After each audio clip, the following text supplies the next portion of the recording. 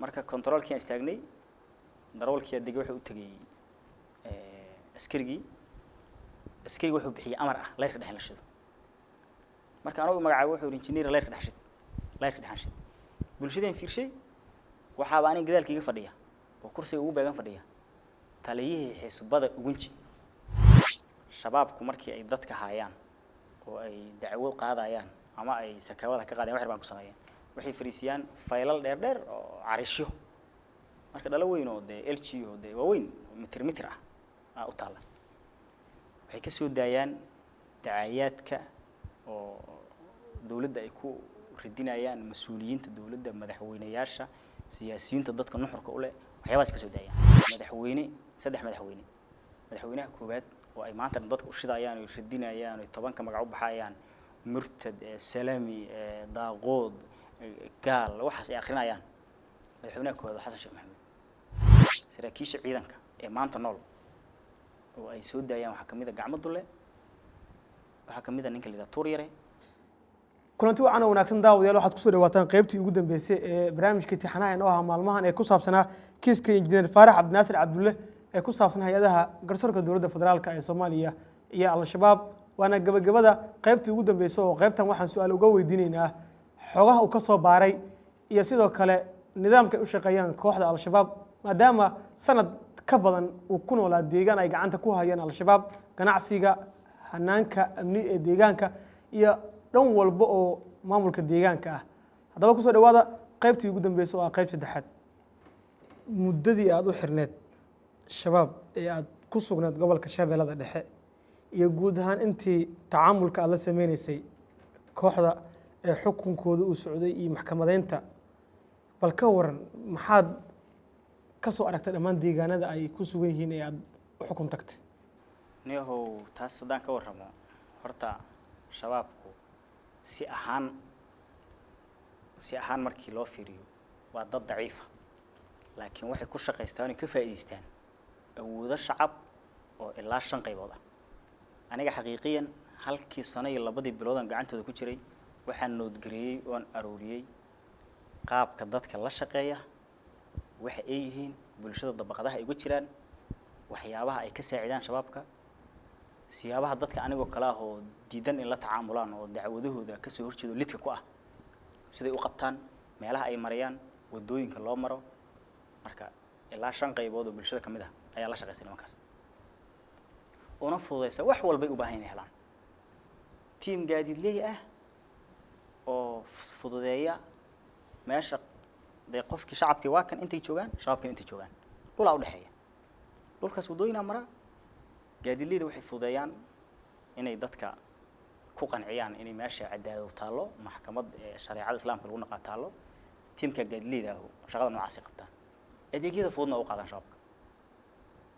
xitaa haddii amiir shabaab u baahdo inuu magaalada Muqdisho ka soo danaysto ayaa soo qaada marka team gaadiidley ah waa la shaqeeyaan odayaal laba heerna waa la shaqeeyaan odayaasha laba heer ayaga soo magacaabo qabiil walba ee Soomaaliyeed oday u soo magacaabaan maafiya odagaas ay soo magacaabaan wuxuu sii magacaabaa mid walba jufada qabiilkii Soomaalida uu ku sujiya inta jufay wax u qaybsato ayuu wuxuu u sii magacaabaa odayaal suldaamo ah asaga tusaale waxa la yiraahdaa qofka ay magacaabaan naqiibay dhahaan ama ugaas wuxuu magacaabaa marka suldaan wax la yiraahdo dabcan criteria jirta oo ay ku xushaan naqiibkuna criteria jirta oo suldaanka ku xusho darawaleenta sidoo kale qof walba iska ma aqbalaan aduu saaka inta gaari soo gadatid oo dad raratid ma teen kartid waa nidaam jira tashkiil jira wado waxa jirta oo ayaga darawalku kula shaqeeyo kaliya sidoo kale waxa la shaqeeya nootayooyin oo maanta qandaraas walba ee Muqdisho lagu galo ama dhul la kala iibiyo heshiis walba suuqley oo suuqa lagu qoro sabab waxa uu gudbiya nootayo nootayadu shaqooyin kale qabata waxa kamid ah dacwadaha dhulka shabaabku maadaama yihiin niman jamhada oo doorka ku jira oo maafiya wax xigmad dhul ah lahayn go'aamada dhulalka waxa dabaqa oo gaar nootayooyinka ayagoo maraa injineerada gobolka iyo dadka aqoonta u leh dhulka kuwaas dabaqa sidoo kale waxa la shaqeeyay ganacsato oo laba heer ganacsatada xoolaha nool iyo iyo ganacsatada dalagga beeraha ka soo go'a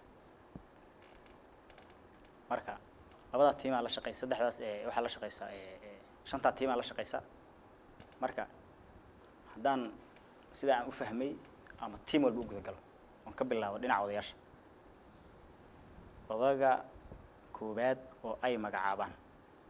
tusaale qof walba shabaab ma magacaabayo odagaas gobolka banaadir waa liiwliya awood ahaan waxay u diyaareen inuu u dhigmo gudoomiyaha gobolka tusaale madaalo kale inuu u dhigmo gobolka banaadir waa liiga gobolka banaadir waa nin la yiraahdo Muuse Carraale waa lika Muuse Carraale wuxuu soo magacaabaa odayaasha noocaana oo naqiibyada qabiilaadka odagaas naqiibka ah waxay ku xulayaan inuu mabdi'iyan shabaabka ku mabda'iya qofkaas oo kale qof walba Soomaali ah ama qof walba Soomaali ka talisa maya waa inuu shabaabku mabda'iyahay qof dadka la shaqeeya dad fiiridana qof walba oo naqiib oo shabaabka la shaqeeya taariikh nabadoonnimo ama history samar ka talis malaha waa dadka bulshada aqli badanayaasha la yiraahdo iska maafiyada ah dadkaasi xushaan naqiibay ka soo dhigaan kaasuna wuxuu sii xulanaa mid asaga ka sii hooseeya midkaas asaga ka sii hooseeya marka intaan gaaraha naqiibka intaan aan ka dhamaado naqiibka oo kale maadaama uu yahay xubin ka tirsan gobolka oo laga magacaabo gobolka markaas oo doow shabeellaha hoose iyo gobolka banaadir oo kale aan ka warbixi karaa naqiibkaas gobolka banaadir waa xukun mid yahay golaha ama guddiga shuurada ee gobolka banaadir oo Muuse Carraale kala xukumo wuxuu qabtaa shaqooyinkiisa kamid ah qof walba oo qabiilkiisa kamid ah oo dacwo ama loo haysto ama maaliyada ka rabeen si ahaan waxa iska soo horjeeda meesha dacwadii meesha maaliyada qof uusan asagu dabiinan oo qabiilkiisa kamid ah ma bixi karo waa xubin golo deegaan ama gobolka markaas laga magacaabay waa qofka kaliya oo dabiinan kara qofka qabiilkiisa ah waana qofka kaliya iska leh go'aanka u dambeeya oo ah xukunka qofkan ku fuliya ama ku fulmiya saddexdaas shaqo leeyahay ninka marka suldaanka oo ka hor shaqeeya waa ninkaas qofka bulshada ugu khatarta badan sababta kaas kan uu ka shaqo baday kaas waxa lagu xushaa dhowr sharbood horta koow inuu wasaaradda arrimaha gudaha ee federaalka oo ka haysta kaarka nabadoonka oo control walba dawladdu mari karo wax walba dawladnimada ka dhex gala shabaabka inuu dooni karo daba kici karo inuu gabaad ka dhiga karo kaarkaas kaarka wasaaradda arrimaha gudaha oo nabadoonada waa inuu haystaa shaqooyinka qodob marka waxa kamid ah tusaale ganacsatada qabiilkiisa waa u report gareeha inta ganacsatada qabiilkiisa uu leeyahay oo xarun ganacsi ah oo report gareena oo gudbaa qof walba naqiibku iskama ka dabinaayo qof walba oo qabiilka kamid ah inuu naqiibku dabinto waxa sabab ah oo gudbina suldaankuna iyo ku xidha tusaale aniga waxay dabintay aabahay waxa sii dabinta nabadoonka beesheedana waxa sii dabinta suldaankana waxa dabinta naqiibka kadib adabada lagu sameeyaa intaas oo qof marka waxa isku soo xiraa ninka gacan yaraha ah oo suldaanka ah qof walba oo qabiilka kamid ah oo shabaabnimo u xiran kana qaabilsan inuu soo daayo asagoo maraa saraakiisha ciidanka siyaasiyiinta maadaama wadaanin uu yahay kaar dawladda haysto oo nabadoon oo damaanad dawladdu ka yeeliyo dawladduna malaa'ig ma wax walba ma ogaa karto ninka suldaankan shaqo soo qabta nootaayadu ama ha handadnaato ama fikriyaan hala shaqeydo waxay gudbisaa qandaraasyada kaalinta koobaad iyo kaalinta labaad macnaha guri qof meel kaliis meel lagu dhisaa uma badna shabaabkina soo wacaan laakiin markii guriyuhu ay yihiin state ama filooyin ama dabaqyo ama mashruuc markii state yihiin way soo wacayaan marka ay project iyo dhowr koob dabaqna soo wacayaan hadduu mashruuc yahay iska wadaaf marka labadaas heer oo state-ka iyo mashruuca wixii u dhaxeeya ay gudbiyaan sidoo kale waxay gudbiyaan boos walba ee maanta la kala iibiyo boos walba ee maanta la kala iibsado gooflaha iska wareejiyay iyo milkiilaha la wareegay inta si shabaabku ay dadka soo canshuuraan shaqooyinka kale oo cajiibka ah oo ay qabtaan waxa kamid ah maanta haddaan suuqa tago ee aan business meel ka jira share ku darsado cadadka lacagtaan ku darsaday maadaama nootayooyin kala qorayaan heshiisyada sheerarka sida faa'iido wadaagga loo yahay lafaha la isku darsaday cadadkooda shabaab maanta haddaan 10,000 doolar inta qaatay dukaan ku darsado jaa waxay ogaanayaan lacagta cadadka aan leeyahay dukaan ku darsaday sakaawaadkii qabanahay qorsheynayaan faa'iido soo wadaagga waxa soo saarkani saas kula socdaan xogtaas kala gudbiyaan tusaale waxay kala gudbiyaan markii dacwo dhul ay shabaabka dacwo dhul ka jirto dacwadaas dhulka lama dabaqo ilaa ma nootayooyinka muqdisho ku yaala laba kamid ah ma wada 3 ma 4 ma laba kamid ah ilaa ma ay go'aan ka soo gaaraan qof walba dacwo dhul u jooga waxay leeyihiin nootay hebel taga dhulka saxda asaga noo soo sheega bas nootayinka safay lagu jiraa nootayinka waxay fududeynayaan inay injineerada dhulka u yeeraan geometriska ay dhahaan haye dhulkan go'aan ka gaaraan dhulkaas ay go'aan ka gaaraan warqadaas go'aanka loo soo gudbiyo nootayada ay ku dhahdo halkaas u qorto marka shaqadaas yaa wada mar kale odayaasha yaa wada labadan qof is dacweynayeen labadoodii oday oo u sameysteen garbaha soo qabeen nootayada ayaga keenaa hadhowna ayaga qaada shabaabku marka waxay ku fuliyaal bis go'aanka dhulka dabaqaadiisa nootayada iskale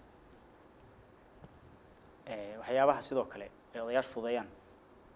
bulshadana shabaabka ka dhex isticmaalaa waxa kamid ah xukunada dhaxalka kale xukunka dhaxalka haduu gaaro farac oo aniga dhaafo wiilkaygu abay dhaxlaa ma xiriyaan dad ahkaamleyda oo fiqiga dabaqo magaalada muqdisho jooga ay u baahan yihiin waloogiya waa ka soo horjeedaan kuwaas si marka ay wadaadkan aqoontiisa u helaan mar kale odayga isticmaalayaan odayaasha waxay sameynayaan culimadii keenayaan waxaan u bandhigayaan shuurada go'aankii ka qorayaan xukunkii ka qorayaan waa geynayaan marka la fulayaan marka niyo ballaaran yihiin waxyaabaha oo shabaabka aragtay dhinaca darawaleenta oo kale shaqa halis waa darawalkaasu wuxuu qaadaa waxyaabaha fudud sida caafida timirta iyo waxyaabaha daawada sidoo kale markay rabaan amiirada ama madaxda shabaabku inay magaalada soo nasiina tagaan darawaleenta soo qaaday tusaale aniga hadda ka hor waxa laga qaaday habeen madow mar caaniga laga xanuunsanay iyo soo galadeen fasax 9 saac habeenna waxa laga qaaday meeshii xaafadida deganaa gaariga marka aniga kursiga koobaad fadhiyaa xilli dambe waaye iska hurdoonay ceelasha biyaha ayaa gaariga waxa hagaa qof oo leeyahay meelbelan ka soo maraa ee halkaas soo istaag wadada imaw qofkii gaariga u galay wada qof socdaan hor yimid kursiga dambe fariistay anoo kuma mashquulin markii dawladda waqol la socdanay control dawladda la maraa oo control dawladda la maraa oo wada qof iska muqdisho ugunji open ma 17 control taal wadada jaaga hadii la marana 7 control taal tan hadii la maro afgooyina 10 taal marka buundayari meelira oo boqolkii 99 ay maraan baabuurta shabaabka u socota maadaama habeenimo ka baxan macna xamar waxay ku tukadaan salaad subaxiga meelira Umar Beere marka qof walba shabaab u socdaa waa inuu maraa controlkaas dawladda wixii ka horeeya 12 saac ururnimo marka controlkii istaagnay darawalkii adeeg wuxuu u tagay askariga wuxuu bixiyay amar ah leerka dhaxal shido marka anagu magacaabo wuxuu injineer leerka dhaxal bulshadeen fiirshay waxa baan gadaalkiiga fadhiya oo kursiga ugu beegan fadhiya taliyihii xisbada ugunji ninkii aniga intaas oo sana xariga igu hayay oo amiirka ka ahaa meeshaas booliiska ayaaba u fadhiyaba dabcan uu dareemay sababta tahay waan ku naxaan waa laba jeer fiirshay oo dareemay hadii la dhihi lahaa marka kaliya chance oo askari bixi lahaa ah dadku hadageen si aan u ogaado waxay yihiin wata asna uu xabsigu aadi lahaa anuna badbaadi lahaa marka fasaxu bax dhaqaaq bundada marka waa bunda yar intaan bundada ka dhamaano garabka ka taabto xureey waa naxday seena uu nixna ku yirday waa qof mashiidiga gaari la saaran niyo waa ka naxay marka wuxuu leeyahay waxaan waxay yihiin male baabuur anagu aan wadaa marax ana marsiya iska daldalmay bis calaa xal waa cabsadaan ku aniga maadaama de qof shaba gaari la saarana oo heerkaas ah marka fiiri sifaha askarigu inta soo dago ma dhahayo qofkan deg maxaad u socotaa xagee degantahay ugunji meeya ma warsanayo waa in daruurku tago gaari dhowey u socdaa toban ka control ee laga bilaabo kuliyadda jaalisiyaad x control tabeelaha ilaa siinka maxaan ku dhahay xaawo cabdi boodboodka afkiisa baar ismaaciil oo midna ka sokeeyo midna baarka ku yaalo controlka oo bundayray intaas bahal askari oo inta soo istaaga dhaha xagee u socotaa ma jiro mid walba wuxuu leeyahay xaggaas fadhiya leer ka shid waa socona qofkaas marka niyahow gaadiidleedu shaqadaasi qabtaan shaqada kale ay qabtaan waxa waaye maalinta gaariga kursiga markaad fuushid ayuu wuxuu furaa dood ah dacwada nimankaas ay u qaadaan iyo waa intelligence waa sirdoon si uu ogaado qof walba shabaabka meesha ku jooga hadhow ku ribood garayha aad waxa ma ogid gaarigeed xamar ka raacday ilaa ma ugun doodaysay shabaabka ka dhanaad ahayd hadhow waxa lagu leeyahay widay adiga haddii xitaa dambiga lagu haysto basiid iska yahay xorriyad ma jirto meeshaan fadhiya ilaa ma xukun baadilkaas u soo baxa meeshaas joogay marka niyo dadkaas la shaqeeya intaas oo team ah ee dawladuna ma arki weyne dabcan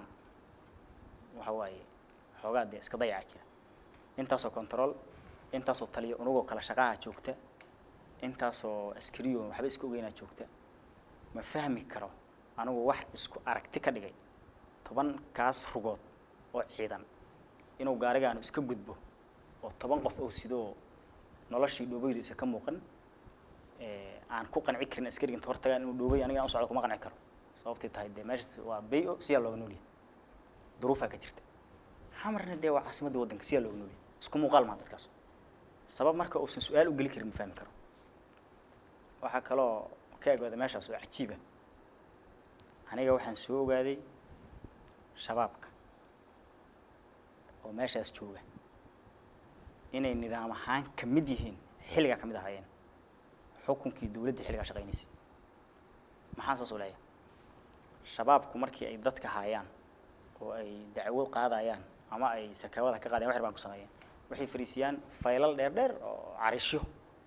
marka dhalo weyn oo de LGO de waaweyn mitir ah u taala waxay ka soo daayaan dacaayaadka oo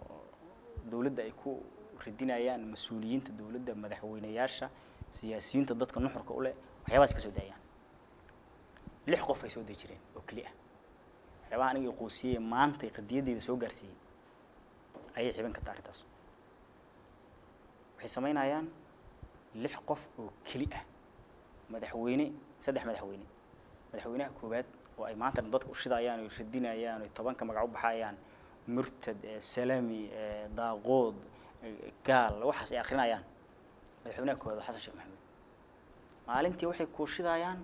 in ka badan 100 jeer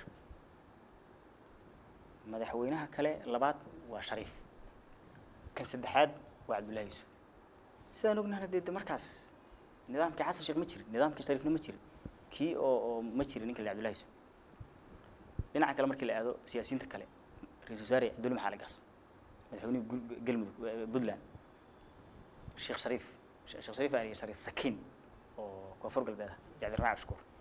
6 mas'uuli ka soo daayaan dhinaca siyaasadda dabcan waa 6 ay necab yihiin oo ay u arkaan inay nidaamkooda ay lid ku yihiin saraakiisha ciidanka ee maanta nool oo ay soo daayaan waxa kamid ah gacmo dulle waxa kamid ah ninka la Tuur Yare waxa kamid ah Cabdulqaadir Shacali Diini wasiirka hore difaaca Soomaaliya iyo saraakiil noocaas ay soo daayaan sida Goobaale iyo ninka la yiraahdo Dhagabadan iyo rakaas waa dhinteen kuwaas aad u soo isticmaalaan way dadka u soo bandhigayaan macnaha markay soo bandhigayaan yani soo bandhigayaan waxay leeyihiin codad bay soo bandhigayaan ayagoo qudbayna ayagoo leh maaragtay gaalada nimankan la iska dhiciyo shabaabka Dhagabadan oo leh nimankan jidadka halqa qabto ay soo dhigayaan Tuur Yare oo leh wax ay yihiin male waa basiid marba markii mas'uulka soo dhigaan eray lid ku ah oo ayaga u leeyahay waxay soo dhigayaan adane wixii uu ilaashanay tusaale qofkan shacabku ilaashay Soomaa markuu yiraahdo waxba ma ahanay tilaabaha laga qaado ayagoo wax geystay oo dhibaato ba'an oo kala geystay mas-uulkaas khudbadiisa waxay daba dhigayaan wax qofka quusina oo uusan ugu dhiiri karin inuu markaas aragtidaas qaato waxay leeyihiin annaga waa muuqanaa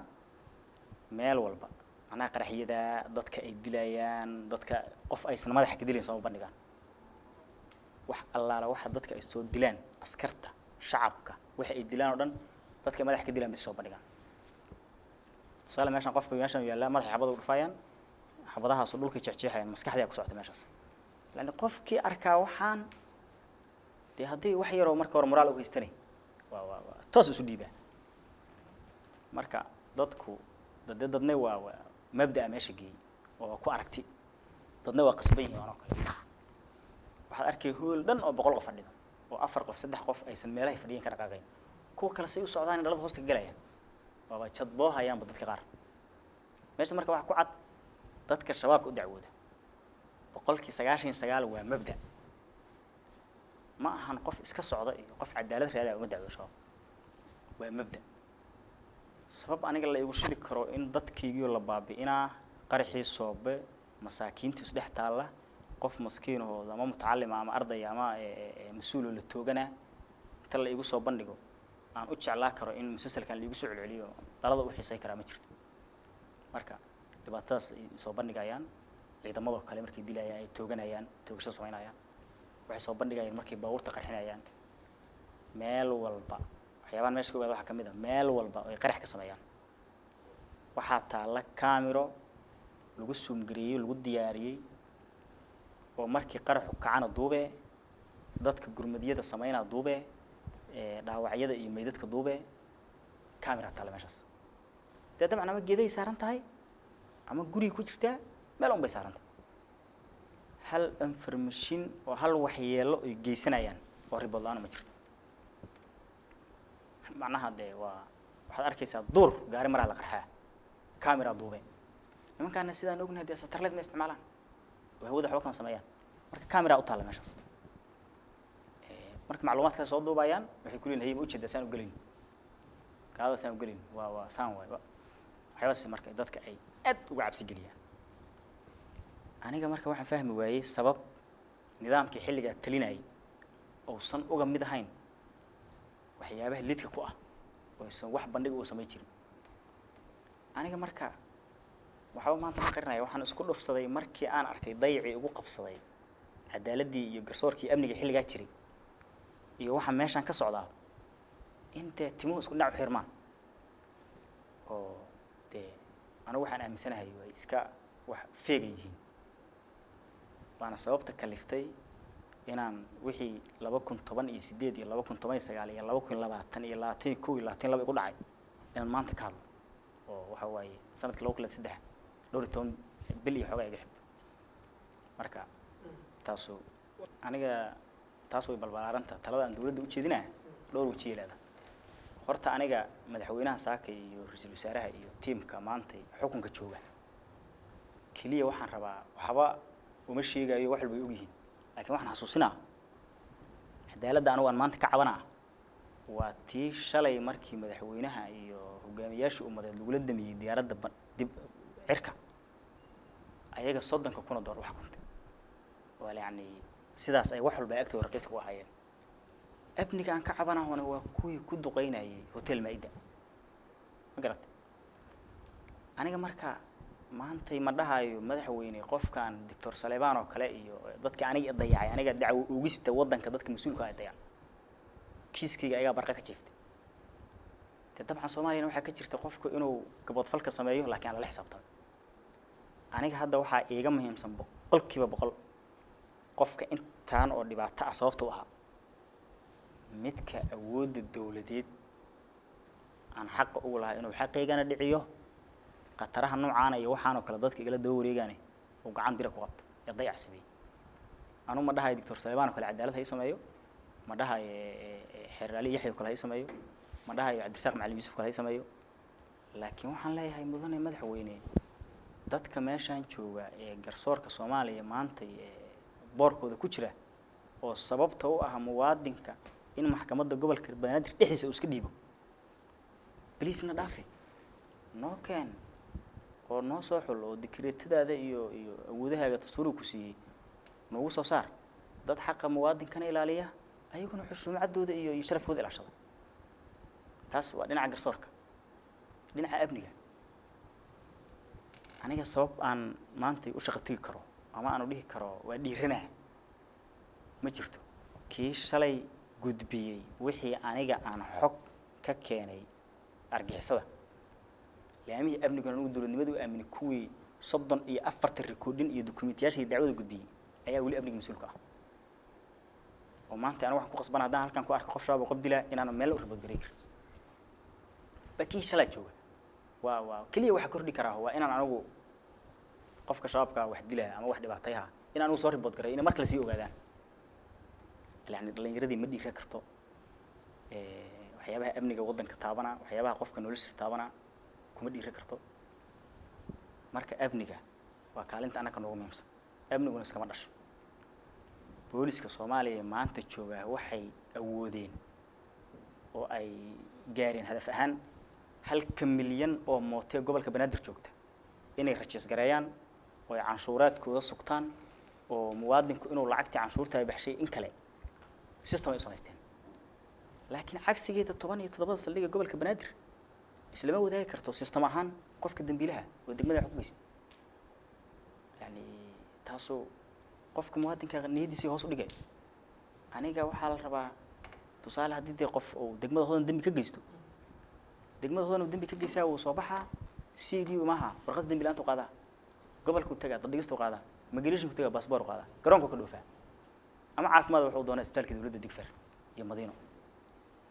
taas sax ma nima dhiiri gelinayso mana aha shaqo u baahan wax tiro badan iyo capacity dawladeed iyo miisaaniyad wax baahan ma 17 qof oo ATA oo saldhigyada la geeyo oo isu furta systemka oo meesha crimes ku ka dhacay maanta inta timaada dhihi karta markii booliisku ay dhahan hebel dambigan galay oo eedan iska leh oo saldhig report garay waxa la rabaa 17 saldhig xafiis walba dawladeed maaragtay wasaaradaha ku shaqada leh waxyaabahaas sida cadaaladda iyo amniga in report u dhaco isbitaalada dawladda report u dhaco in maaragtay qofka markii saldhigga booliiska laga soo report gareeyo oo la yiraahdo hebel dambigan geystay oo sugan yahay inuusan xafiis dambe dawladeedna tagi karin isbitaal dawladeed tagi karin saldhig dambe tagi karin migration tagi garoonka dooli karin inuu ka baqtiyaal rabaa $10 ugu jirta mobilka oo EVC-ga marka in saldhigga hodan oo san report maxaan ku dhahay system oo san la wadaagin CD laakiin 1 milyan ee mooto xamarka shaqaysanaysa ay system ku jiraan macnaha waa in qofka shilinkiisa loo baahan yahay laakiin amnigiisa loo baahnay